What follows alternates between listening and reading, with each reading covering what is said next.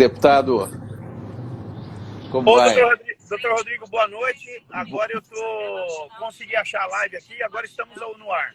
Tá certo, muito obrigado, muitíssimo obrigado por aceitar o meu convite para essa rápida conversa, deputado. É um privilégio poder falar com um parlamentar tão combativo quanto o senhor. Muito obrigado pela oportunidade. Como é que... Obrigado, deputado. Como é que estamos nesse cenário político? Como é que tem sido a leitura que o deputado tem feito? Desculpa, não escutei, doutor, repete. Opa, como está a batalha no Congresso, doutor? E a questão do voto auditável e essas outras agendas? Como é que o deputado está enxergando isso? A partir de amanhã o couro vai comer lá, né? Porque nós estamos fazendo uma pressão terrível com relação ao voto impresso, né? E amanhã nós estamos iniciando os trabalhos depois de 15 dias de recesso. Já temos algumas agendas em comissões e está previsto para quinta-feira a leitura do parecer do meu colega Felipe Barros, do Paraná, deputado federal e relator da PEC do voto impresso e auditável. Então, quinta-feira... Voltou agora ou não? Agora voltou. Eu não sei que parte que o pessoal pegou então. Então, eu estava falando que quinta-feira está previsto a leitura do relatório. E qual a perspectiva, deputado? Qual a perspectiva? Ganhamos essa batalha? Está bem definido o quadro, doutor Rodrigo. Está bem definido. A gente não sabe exatamente a que ponto vai chegar essa votação. Estamos batalhando pelos votos dentro da comissão para que os deputados aprovem o parecer e a gente possa levar... às vezes o pessoal não entende como é que é, né? Mas, então a gente tem que explicar que o projeto da Bia Kicis, que é o voto impresso e auditável, nesse momento ele está dentro de uma comissão especial com 40 deputados. Então, 40 deputados vão votar o parecer do deputado Felipe Barros, que é o relator. Se for aprovado dentro dessa comissão especial, que não precisa de 2 votações, aí sim o voto vai para o plenário da Câmara dos Deputados e aí então é que vai ser submetido ao escrutínio de 513 deputados do Brasil inteiro. Por enquanto, na comissão especial, essa comissão de 40 deputados que eu acabei de falar é uma representatividade pequena que os partidos acabam colocando para serem representados. Então tem lá 1, 2, 3 deputados no máximo de cada partido. Tem partido que só tem 1 deputado e tem partido que não tem nenhum representante. Por isso é que são apenas 40 deputados. É para fazer uma prévia, para levar em plenário algo que já foi submetido a uma pequena avaliação de vários partidos, quando não são todos, mas nesse caso não são todos, são vários. A grande maioria está representada nessa comissão, mas o principal está por vir, porque se for aprovado na comissão, aí sim vai para plenário da Câmara dos Deputados, aí são 513 deputados votando sem votação simbólica, nominal e no dedo, deixando a digital. Portanto, nós vamos saber quem é contra e quem é a favor desse voto impresso. Exato. Até porque essa pauta, eu tenho dito que, independente de questões técnicas, o processo eleitoral ele precisa ser percebido pela população como um processo lícito, como um processo que é confiável. Se boa parte da população já não tem a crença na fidelidade do sistema, já é motivo suficiente para que se avance para o voto auditável, para o voto impresso e auditável. O sistema ele não precisa ser apenas um sistema tecnicamente confiável, ele precisa ser um sistema percebido pela população como confiável. E esse é o ponto fundamental. Eles querem distorcer o tema e entrar por tecnicalidades que não são necessárias nesse momento. O que importa é que o voto seja percebido como algo lícito. E o Brasil precisa ter um sistema onde a recontagem de votos seja permitida. É a única grande democracia no mundo que não tem recontagem de votos. Isso é um absurdo. Mas, deputado, eu sei que sua agenda é extremamente atarefada e eu vou entrar direto num tema que me é muito caro e fazer um pequeno preâmbulo. E nós estivemos juntos em 2019 na Comissão de Constituição e Justiça, quando dos debates de um destaque que foi pedido pelo deputado Orleans de Bragança em relação às candidaturas independentes. Lá estive para fazer a defesa das candidaturas independentes e tenho eu também travado um longo processo junto ao Supremo Tribunal Federal, onde eu peço o reconhecimento da legalidade, a admissibilidade das candidaturas independentes no Brasil.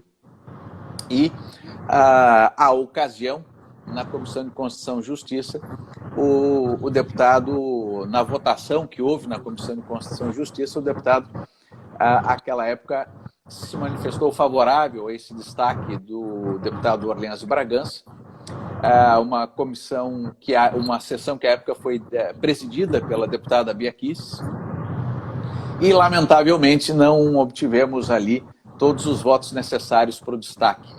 Mas o tema hibernou durante esse período, até no Supremo Tribunal Federal avançamos um pouco de lá para cá, tivemos uma audiência pública promovida pelo ministro Barroso, tivemos ainda um parecer favorável do Procurador-Geral da República, doutor Augusto Aras, dizendo então que o meu recurso no Supremo Tribunal Federal deveria ser acolhido e as candidaturas independentes deveriam ser admitidas no Brasil. Mas, a partir daí, o processo se encontra concluso no gabinete do ministro Barroso e não há o que faça ele andar, né? Até porque, com a saída do presidente do PSL e a situação em que ele se encontra sem partido, certamente que o ministro Barroso não vai fazer absolutamente nenhum movimento que facilite a vida do presidente Bolsonaro. Portanto, a questão no Supremo está hibernando, mas no Congresso Nacional, na Câmara dos Deputados, a deputada Adriana Ventura apresentou na Comissão Especial de Reforma Eleitoral, Reforma Política, um aditivo para a apreciação das candidaturas independentes. E eu queria perceber do deputado como o deputado vê hoje o nosso cenário partidário, como o deputado vê hoje a estrutura, né, a dinâmica dos partidos e se vê clima no Congresso Nacional para que este tema das candidaturas independentes possa avançar. Olha, o que eu sinto lá, doutor Rodrigo, é que há um corporativismo muito grande dos partidos e eles não querem aprovar essa candidatura independente. Eu vou além. Alguns defendem uma candidatura independente e aí, no caso, o candidato precisaria atingir o coeficiente eleitoral. No caso do Estado de São Paulo, o coeficiente eleitoral é de aproximadamente 305 mil votos. Então, você teria que atingir 305 mil votos para fazer a sua cadeira. Mas por que eu tenho que fazer 305 mil votos se o outro faz 70 mil e entra? E aí eu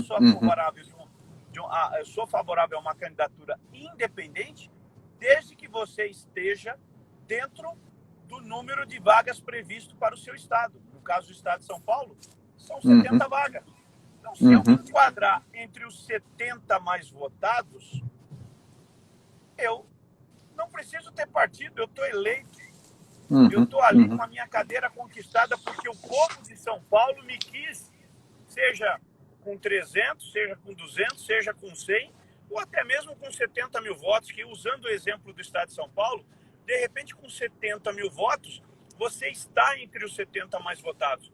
Agora, o problema que a gente tem que colocar o dedo na ferida nesse momento é saber por que é que eu tenho que me sujeitar a um determinado partido. Em determinados momentos eu sou contra o estatuto do partido, sou contra o que o partido prega como processo democrático. Por que é que eu tenho que assinar embaixo, concordar com determinadas regras, quando na verdade eu não concordo? Então eu vejo que hoje nós temos 32 partidos, são 32 estatutos diferentes, mas semelhantes. Todos eles pregando algumas coisas que são comuns a todos eles. E se eu discordar disso? Eu tenho que ser falso comigo mesmo, ser falso com os meus eleitores, assinar que eu concordo com o estatuto do partido e tenho que me sujeitar a regras praticamente imperiais, ditatoriais, para poder ser mais um servidor de um partido, né? Ser um candidato de servidão do que propriamente um cara autêntico que defende as suas ideias. Então, a candidatura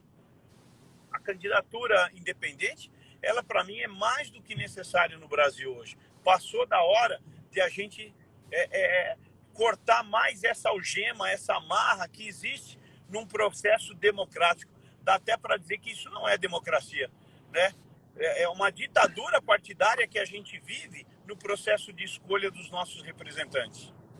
Eu tenho dito ao longo desses anos, essa minha batalha, deputado, ela se inicia em 2016, quando eu ingressei na Justiça Eleitoral pedindo a candidatura independente, alegando, portanto, todas as questões constitucionais, infraconstitucionais e também dos tratados internacionais que o Brasil assinou, argumentando justamente sobre essa questão desta ditadura partidária que vivemos e ressaltando que no mundo inteiro, nas grandes nações democráticas, a candidatura independente ela existe. A candidatura independente ela é uma possibilidade. O partido ele é sempre uma opção e nunca uma obrigação. O partido ele é sempre um caminho possível àquele que quer apresentar o seu nome no certame e nunca uma imposição legal. É assim nos Estados Unidos, é assim no Canadá, é assim no México, no nosso vizinho Chile, na Colômbia, a Europa inteira, Japão, Austrália, Nova Zelândia, ou seja, países como a Índia e aquele mais de 1 bilhão de habitantes comportam candidaturas independentes.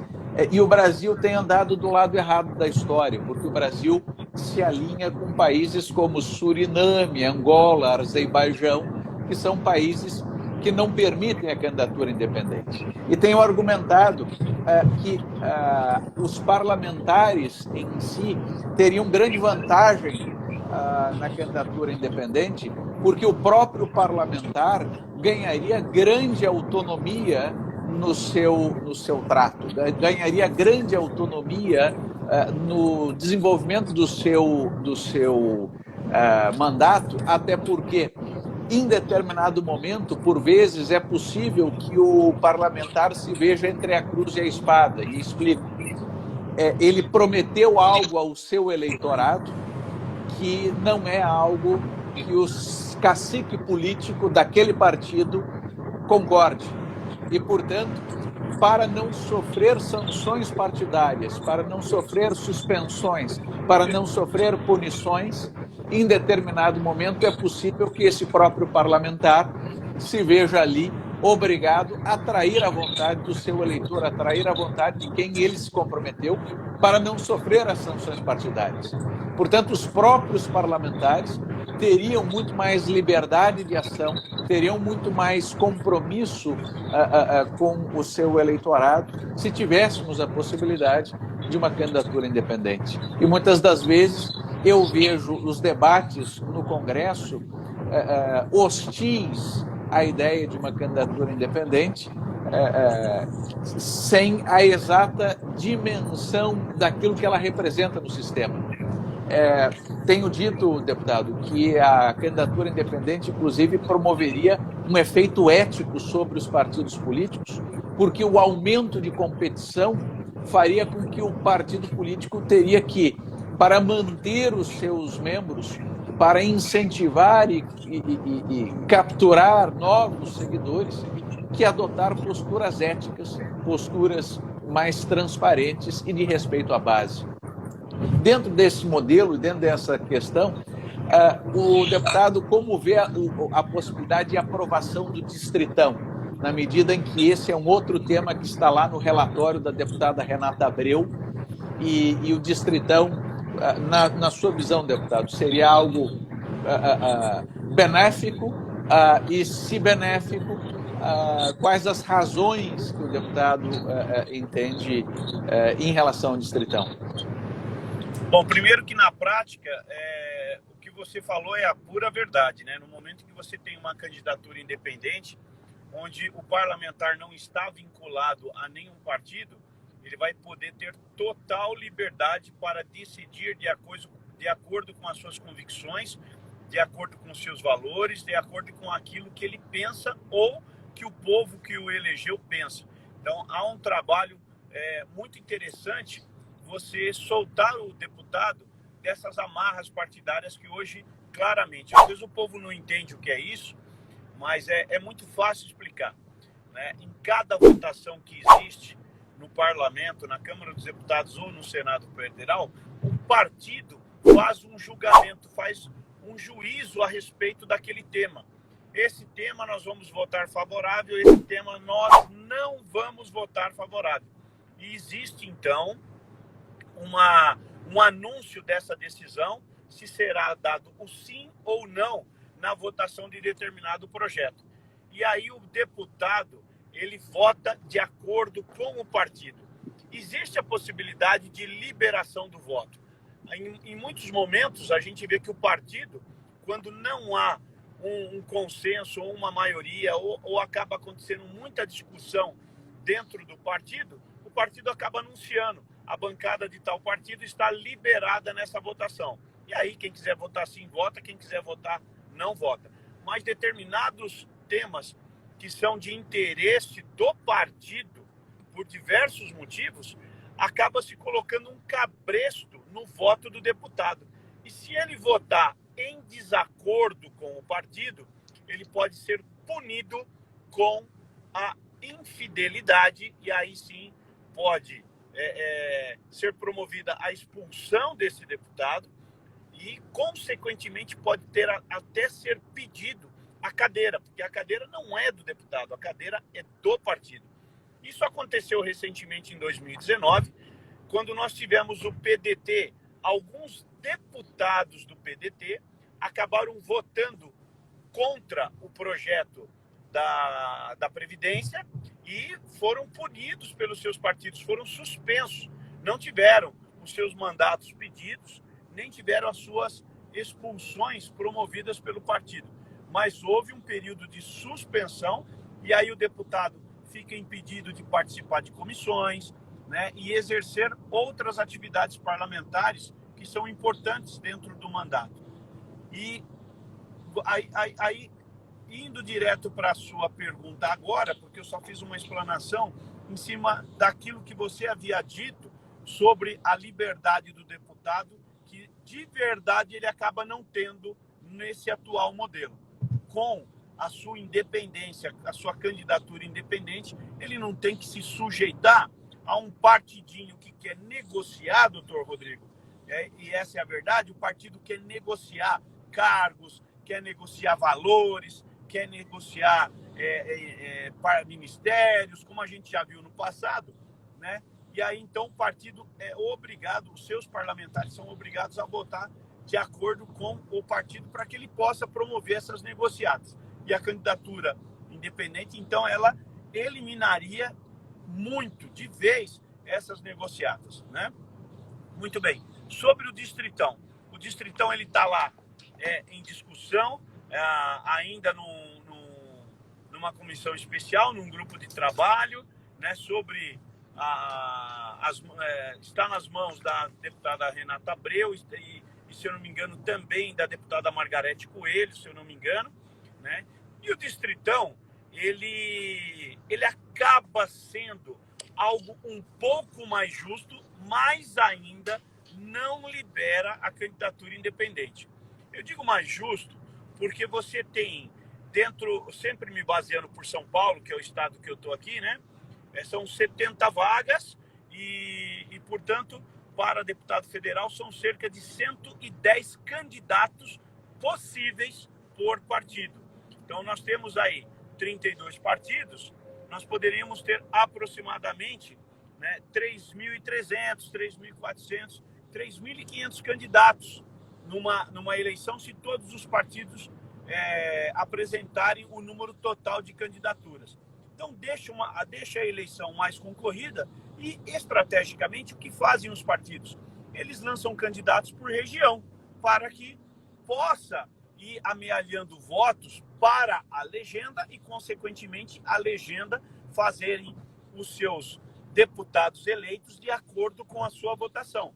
Lembrando novamente daquele quociente eleitoral, que aqui em São Paulo é de cerca de 305 mil. Nós continuamos ainda com esse raciocínio, mas estariam eleitos os 70 deputados mais votados no modelo distritão. E isso, então, teoricamente, pratica um pouco mais de justiça em relação à votação que determinados deputados possuem, mas que, em função do atual modelo, não conseguem a cadeira. Por quê?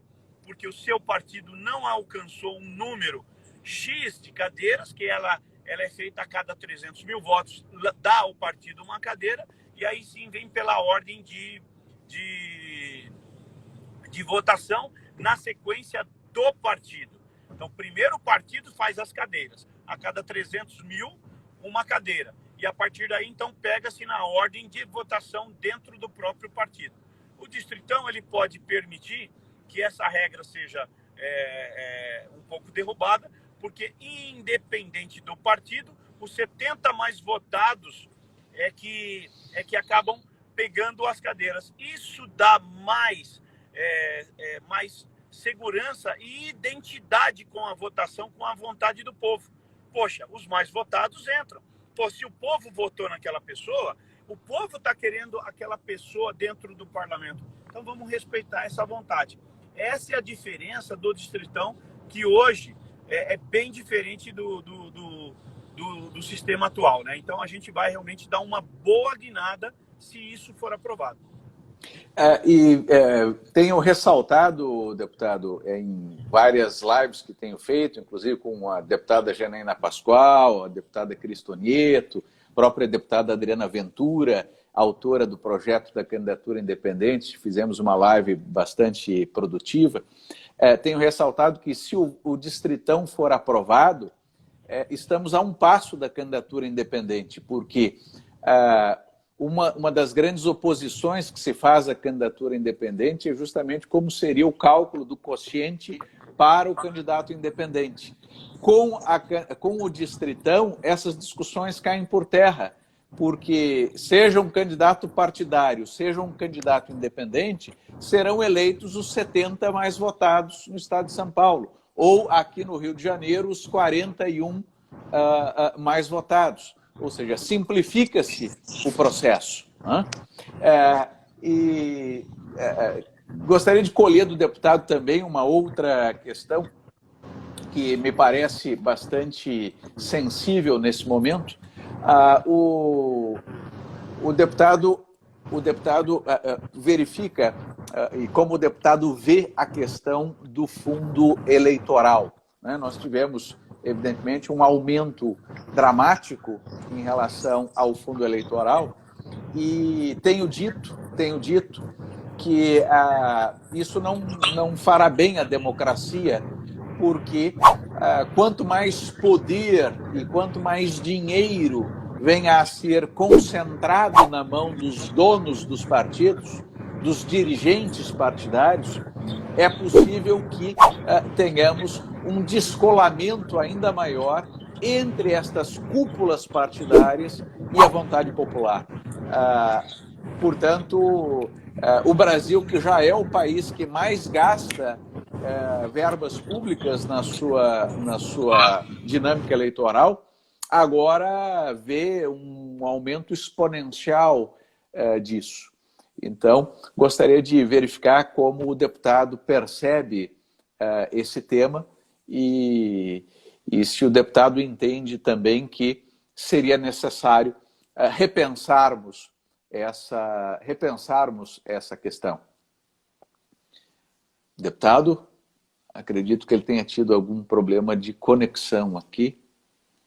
Ele estava no carro, em trânsito, então às vezes há uma variação aí do sinal. Vamos ver aqui se o deputado consegue se reconectar.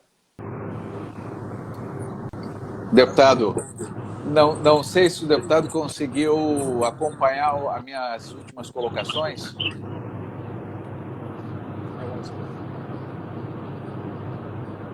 Alô? Consegue me ouvir, deputado? Rodrigo? Está escutando? Estou escutando. Perfeito, perfeito. Sim. Então tá bom. Então tá joia. Tá com imagem aí também? Estou imagem. Sim, também. Caiu novamente. Puxa vida, ele deve estar no carro, passando por algum lugar complicado. Vamos tentar mais uma vez aqui.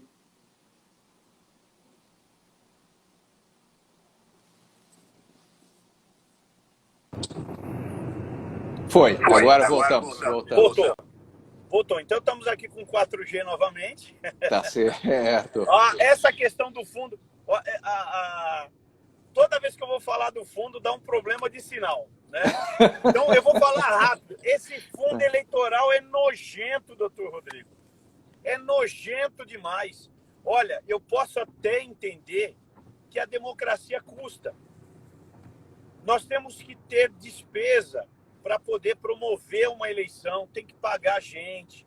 É transporte disso, transporte daquilo. Nós vamos transportar urna. Muito bem. Mas teríamos que transportar também cédulas antigamente. Até 94, nós tínhamos que transportar as cédulas. Então, a gente sabe que custa. Existe um custo para a democracia. Eu entendo isso perfeitamente. Só que o Brasil não é um país rico para destinar tanto dinheiro para tanto vagabundo assim, doutor Rodrigo. É verdade, doutor, é verdade. Não tem que falar a verdade. Nós estamos numa pandemia. Nós estamos com um problema sério em Santa Casa, em hospital, em posto de saúde, para comprar vacina. Né? Eu falei, poxa, nós temos um problema sério do pós-Covid. O que é que nós vamos fazer com essas crianças que ficaram 18 meses longe das salas de aula? E, se Deus quiser, estão voltando. Nós vamos ter despesa com essas crianças, né? E ver interesses partidários em cima desse fundo. Eu vou dizer uma coisa aqui que é um sentimento meu. Essa turma está tanto tempo sem roubar, porque depois que entrou o Bolsonaro, ninguém conseguiu mais roubar mais nada, que eles estão desesperados para fazer campanha política, porque eles compram as pessoas, literalmente compram votos por aí. E eles faziam isso com dinheiro da corrupção, com dinheiro da propina, com os 10%, com 20% que pegava de volta de emenda parlamentar daqui, de emenda parlamentar dali. E aí o sujeito não tem a capacidade de sair para a rua, entrar num boteco, trocar uma ideia com meia dúzia de amigos e dizer que é candidato e pedir seu voto sem gastar um tostão furado. Que tem que dar jogo de camisa, tem que dar bola, tem que dar cesta básica. Aí de onde é que ele tira esse dinheiro? É assim que esses caras acostumaram a fazer política. Não sabe fazer uma política conversando com as pessoas. Por exemplo, como nós estamos fazendo aqui pela rede social. Não importa quantas pessoas estão aqui, mas aqui nós estamos mostrando o que é a verdadeira política. Debatendo ideias. Então, quando eu falo que é nojento esse fundo eleitoral, é o sentimento que eu tenho hoje. Porque quase 6 bilhões, 5,6 bilhões, ou seja, 5 bilhões e 600 milhões de reais. Isso é um assalto ao orçamento. Faz as contas e dá isso na mão das mais de 2.000 APAES que nós temos no Brasil. Solta isso nas mãos das Santas Casas para melhorar um pouco o atendimento de saúde nas Santas Casas, que em muitos municípios só existe a Santa Casa para fazer um atendimento mais complexo. Então, eu acho isso um verdadeiro absurdo. Sou contra, fui contra, sou contra e sempre serei contra. Eu acho que o Brasil precisa adquirir maturidade. Quando esses partidos souberem usar com lisura, com honestidade esse dinheiro, quem sabe eu possa dar um voto favorável para isso. Falo ainda, deputado, sobre como o sistema cartelizado que nós temos, porque essa é a palavra correta, a qual eu venho usando desde 2016, quando ingressei no Judiciário, contestando todas essas questões, até chegarmos ao Supremo Tribunal Federal. E também essa é a expressão que utilizei quando denunciei, portanto, o Brasil na Corte Interamericana de Direitos Humanos, na OEA, por descumprimento do Pacto de São José da Costa Rica, que garante a candidatura independente. Mencionei que enquanto nós tivermos uma política cartelizada, enquanto nós tivermos, portanto, uma política na qual todo o poder se concentre na cúpula, nós teremos uma baixíssima capacidade de renovação dos quadros políticos. E isso não é mera opinião. Os dados da Transparência Brasil mostram que o Brasil é um dos mais baixos países em termos de renovação política, porque nós não podemos confundir novos nomes chegando ao parlamento com verdadeira renovação política, que significa a representação de novos setores e novos grupos da sociedade chegando ao sistema parlamentar. E aí sempre exemplifico aqui no Rio de Janeiro, quando nós, por exemplo, tínhamos o governador, o hoje presidiário Sérgio Cabral, e o seu filho foi feito deputado federal por influência da máquina. Todo respeito lá àquele rapaz, mas ele não representava ali nenhuma renovação política. Ele estava apenas sendo um novo nome, o nome de um jovem dentro de um sistema, dentro de uma cultura, dentro de um grupo já estabelecido, encastelado. Portanto, o Brasil, como sendo um dos países em que a mais baixa taxa de renovação política, o fundo partidário ele só vai, nessa magnitude, piorar ainda mais o sistema, porque vai cacifar determinados nomes em detrimento de outros e tornar o parlamento algo mais blindado à vontade popular, logo o parlamento que deveria ser a casa do povo, a casa de representação, a caixa de ressonância da vontade popular. Portanto, deputado, e não querendo tomar mais o seu tempo, agradeço imensamente e gostaria de colher as suas últimas palavras, as suas últimas considerações e reiterar aqui o meu agradecimento por ter apoiado as candidaturas independentes lá atrás e continuar apoiando a causa das candidaturas independentes hoje. Então, muito obrigado pela sua participação e, por favor, as suas considerações finais.